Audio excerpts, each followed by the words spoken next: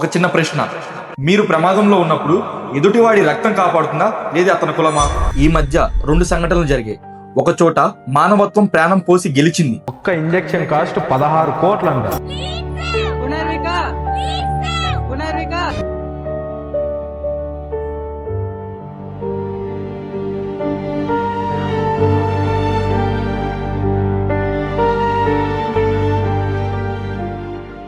మరొక చోట అదే మానవత్వం తలదించుకునేలా చేసింది.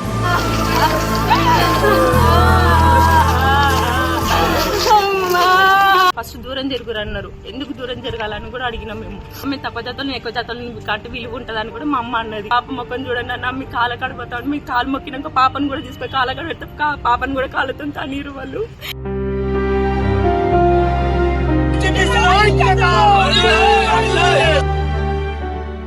ఈ 2 సంఘటనల మధ్య దాగున్న ఆ చీకటి కోణం ఏంటో ఇప్పుడు మాట్లాడుకుందాం. నాగర్ కర్నూలు జిల్లాలో జరిగిన ఒక ఘటన మానవత్వాన్ని కుదిపేస్తుంది. కులం అనే వివక్షతో 2 నెలల చిన్నారి తన ప్రాణాన్ని కోల్పోయింది. అక్కడ మానవత్వం మూగపోయింది. కానీ అదే సమయంలో పునర్నవిక కోసం ఏమైందో తెలుసా? అక్కడ కులాలు మతాలు లేవు. మానవత్వం మొత్తం ఒకటైంది. ఆ చిన్నారి ప్రాణం కాపాడేందుకు వేల మంది చేతులు కలిశాయి. ఒక చోట కులం అనే వివేక్ష చూపిస్తుంటే మరొక చోట మానవత్వం మొత్తం ఒకటయ్యి ఒక ప్రాణాన్ని నిలబెడుతున్నారు. మనం ఇప్పటికీ 21వ శతాబ్దంలో ఉన్నాం.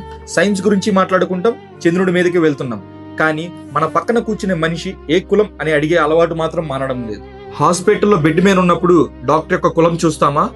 బస్సులో పక్కన కూర్చున్న వ్యక్తి యొక్క గోత్రం అడుగుతామా? లేదుగా.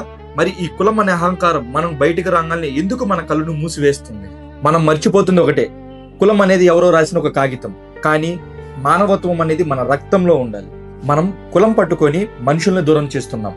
మనం కష్టాల్లో ఉన్నప్పుడు మనల్ని కాపాడేది మన కులం కాదు, మానవత్వం. నాగర్ కర్నూలు సంఘటన మనకు ఒక గుణపాఠం. కులం అనే వివేక్ష ఎంత హింసకు పాల్పడుతుందో అని. పునర్నవిక అనే సంఘటన మనకు ఒక ఆశ చూపిస్తుంది. అందరు కలిసి ఉంటే ఒక ప్రాణాన్ని ఎలా కాపాడగలము అని.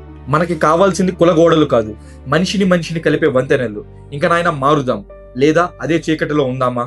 మీరే చెప్పండి.